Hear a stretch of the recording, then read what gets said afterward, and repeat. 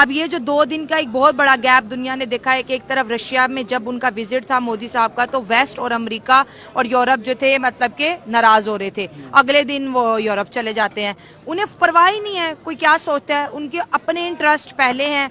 इससे उनके पासपोर्ट की वैल्यू कितनी बढ़ेगी सर, इस पे भी बात कर लेते हैं। जय हिंद दोस्तों। भारत के प्रधानमंत्री 41 साल बाद जब यूरोपियन देश ऑस्ट्रिया में पहुंचे तब भारतवासी के सर्च लिस्ट पर ऑस्ट्रिया आ गया। लेकिन दोस्तों, क्या आपको पता है ऑस्ट्रिया में सबसे ज्यादा भारतीय कल्चर और इंडियन बॉलीवुड सॉन्ग्स को फॉलो किया जाता है।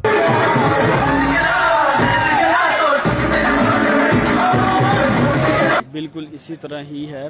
देखें जी, 2 चीज़ें होती है, आपको या तो अपना कंट्री अजीज़ होता है या तो फिर दूसरे, ठीक है।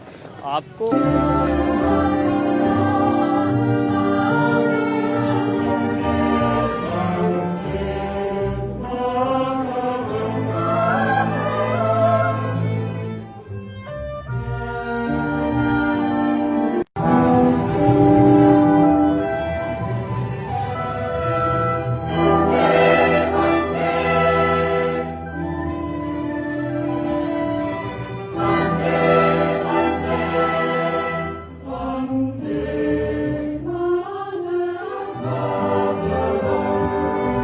इकोनॉमीज हैं, यूरोपियन इकोनॉमीज, ये तो वैसे ही इन्फ्लेशन की फंडी हुई हैं। उसकी वजह ये है कि भैया इस जंग ने जो अल्टरनेट एनर्जी रूट्स और जो सप्लाई चेन नई डिस्कवर करनी पड़ी, उसकी वजह से जो कॉस्ट ऑफ एनर्जी बढ़ी।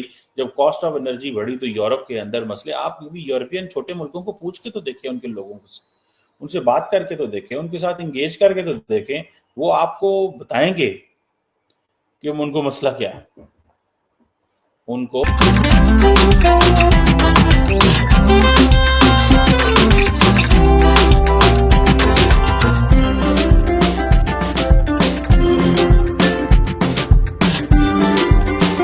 दोस्तों, आपको बता दें कि प्रधानमंत्री नरेंद्र मोदी जी 2 दिवसीय रूस यात्रा खत्म करके यूरोपियन देश ऑस्ट्रिया पहुंचे। उसी दिन से भारतीय लोगों ने ऑस्ट्रिया के बारे में ज्यादा इंफॉर्मेशन लेने का प्रयास शुरू किया। भारतीय लोगों को ऑस्ट्रेलिया के बारे में ज्यादा जानकारी रहती है, कारण उनके साथ हमारे क्रिकेट मैचेस चलते हैं, लेकिन ऑस्ट्रिया के बारे में इतनी जानकारी नहीं है। बता दें कि ऑस्ट्रिया असल में ऑस्ट्रेलिया से हजारों दूर किलोमीटर है, लेकिन हमारा इंडियन कल्चर और बॉलीवुड सबसे फेमस है। और अगर हम भारतीय संगीत की बात करें तो भाई पूरी दुनिया इसकी फेवर में है। भारतीय संगीत अक्सर तन को और मन को छूता है। इंडियन सॉन्ग की बात करें तो हमारे गीत या संगीत एक अर्थपूर्ण होता है और अलग राज्य में अलग लेवल का टैलेंट आपको देखने को मिलता है। भारत की विशालता और विविधता के कारण भारतीय संगीत में कई किस्मों और रूपों में कई शैलियां शामिल है, जिनमें शास्त्रीय संगीत, लोक कला, रॉक और पॉप शामिल है। इसका इतिहास कई सहस्त्राब्दियों तक फैला हुआ है और यह उपमहाद्वीप में फैले कई भूस्थानों पर विकसित हुआ है। आपको बता दें कि ऑस्ट्रिया मध्य यूरोप का एक प्रमुख देश है। ऑस्ट्रिया बुनियादी ढांचे, नवीकरणीय ऊर्जा, उच्च प्रौद्योगिकी, स्टार्टअप और मीडिया और मनोरंजन जैसे क्षेत्रों में सहयोग के बेहतरीन अवसर प्रदान करता है। यह एक महत्वपूर्ण मध्य यूरोपीय देश है। यहाँ अंतर्राष्ट्रीय परमाणु ऊर्जा एजेंसी, संयुक्त राष्ट्र औद्योगिक विकास संगठन, ड्रग्स और अपराध पर संयुक्त राष्ट्र कार्यालय और यूरोप में सुरक्षा और सहयोग संगठन का मुख्यालय है। इसके साथ ही आपको बता दें कि यह यात्रा फरवरी में भारत ऑस्ट्रिया स्टार्टअप ब्रिज को लेकर लॉन्च होने के कुछ महीनों बाद हो रही है। इस ब्रिज का उद्देश्य दोनों देशों में स्टार्टअप्स के बीच सहयोग और ज्ञान को साझा करना है। फाइनेंस के मुताबिक 2023 में भारत और ऑस्ट्रिया के बीच द्विपक्षीय व्यापार $2.93 बिलियन रहा। भारत ऑस्ट्रिया को इलेक्ट्रॉनिक्स, कपड़ा, जूता और रसायन बेचता है और ऑस्ट्रिया भारत को मशीनरी, ऑटोमोटिव पार्ट्स और केमिकल बेचता है। तो पता है इस चीज़ का अंदाज़ा है।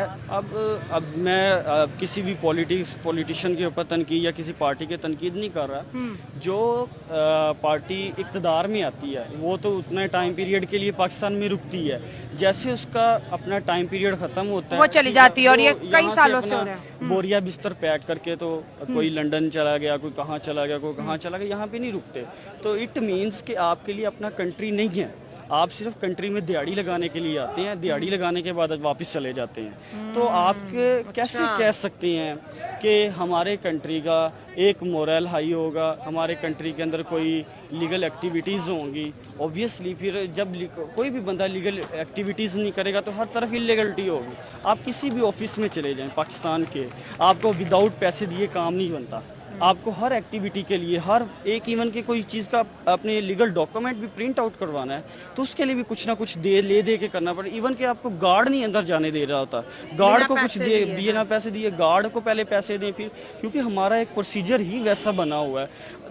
मैं ये नहीं कह रहा कि थोड़ी सी डेवलपमेंट हो रही है, बहुत सारी चीज़ें अच्छी हुई हैं अगर हम पीछे से देखें तो, लेकिन ये है दुनिया के मुकाबले में अभी पीछे है। बिल्कुल दुनिया के मुकाबले में बहुत ज़्यादा पीछे हैं।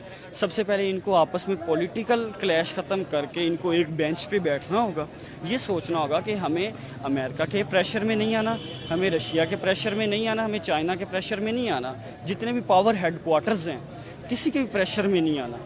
पाकिस्तान आ गया, इंडिया भी यही कर रहा है। इंडिया पहले अपने आप को रखता है, कहता है हमें किसी की नाराज़गी से कोई नहीं, हमें जो चीज़ सस्ती देगा हम वहाँ से ट्रेड करेंगे। और ओपनली कह रहा है, बिल्कुल ओपनली ओपन चैलेंज करता है, अमेरिका को भी आंखें दिखाता है, रशिया को भी आंखें दिखाता है, हर कंट्री को आंखें दिखाता है। तो ऑब्वियसली जब उनके पास दम है ना, इंडिया आंखें दिखाएगा, उसके खजाने भी भरे हुए हैं, उसने किसी से लोन भी नहीं लिया, ना वो IMF के प्रोग्राम में है, ना वो अमेरिका की गुलामी करता है। वो जिसको मर्जी चाहे आंखें दिखा देता है, जिसको मर्जी चाहे बैन कर देता है, जिसके मर्जी मुल्क चले जाता है और हर जगह उनका स्वागत होता है। किसी की लड़ाई में नहीं आते वो। देखिए ना, अभी मैं एक न्यूज़ पढ़ रहा था जिसके अंदर ये चीज़ डिफाइन की गई थी कि सो लेट्स सी इस हवाले से क्या होता है कि अगर तो विद इन द वेस्ट लड़ाई ज़्यादा बढ़ जाती है या वेस्ट इस काबिल होता है कि बाकी जो दुनिया के ममालिक हैं जो राइजिंग कंट्रीज हैं उनको भी मैनेज। तो दोस्तों, भारत और ऑस्ट्रिया रिलेशन के बारे में आपकी क्या राय है कमेंट बॉक्स में जरूर बताएं और अपने चैनल पे नए तो कृपया लाइक, कमेंट और सब्सक्राइब कीजिए।